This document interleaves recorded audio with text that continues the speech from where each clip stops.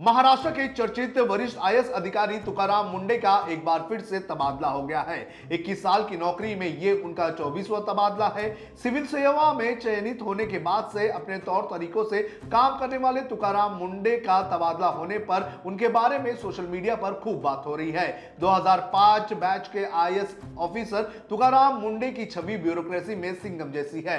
मूल रूप से महाराष्ट्र के रहने वाले इस अफसर को अब सरकार ने आपदा प्रबंधन, राहत और पुनर्वास जैसे अहम विभागों में बतौर सचिव नियुक्त किया है। तुकाराम मुंडे पिछले दिनों तब चर्चा में आए थे जब उन्होंने दिव्यांग कल्याण विभाग से जुड़ा मामला मुख्य रूप से फर्जी दिव्यांग प्रमाण पत्रों के आधार पर सरकारी नौकरी पाने वालों और अधिकारियों पर कठोर कार्रवाई की थी।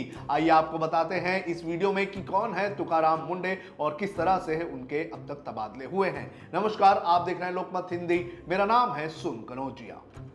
कौन है तुकाराम मुंडे?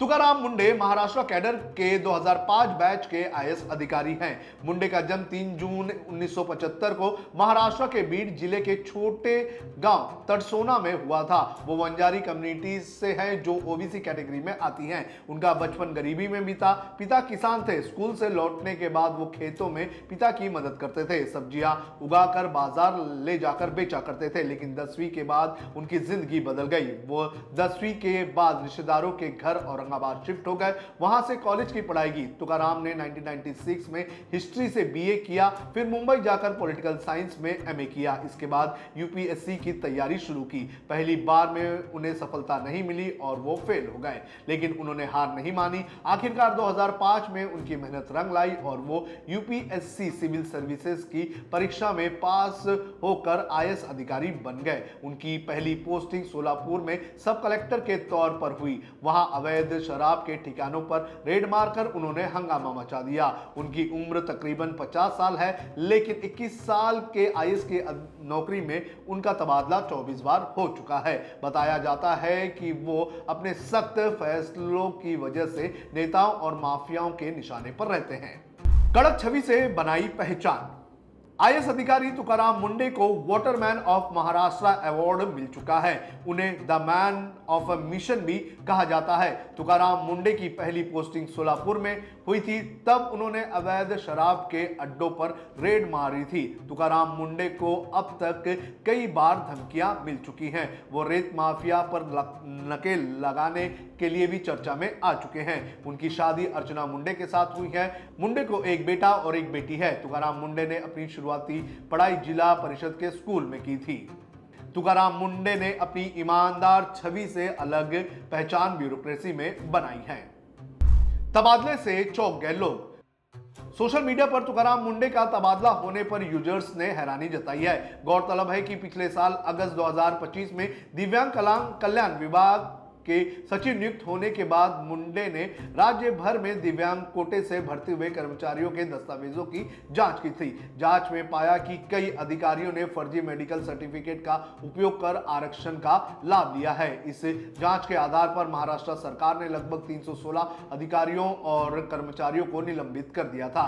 मुंडे ने इन फर्जीवाड़ा करने वाले के खिलाफ आपराधिक मामले दर्ज करने और उन्हें जेल भेजने तक की चेतावनी दी थी। इतना ही नहीं, उन्होंने दिव्यांगों के नाम पर निधि लगाने वाली लगभग 900 फर्जी संस्थानों यानी कि एनजीओ का पंजीकरण भी रद्द कर किया है। कहां रह चुके हैं तैनात, ये भी आपको बता देते हैं।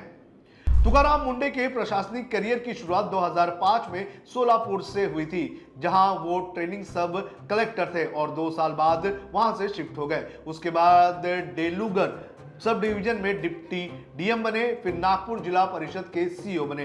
ट्राइबल डिपार्टमेंट में कमिश्नर की कुर्सी संभाली। वाशिम और कल्याण में सीईओ का काम किया।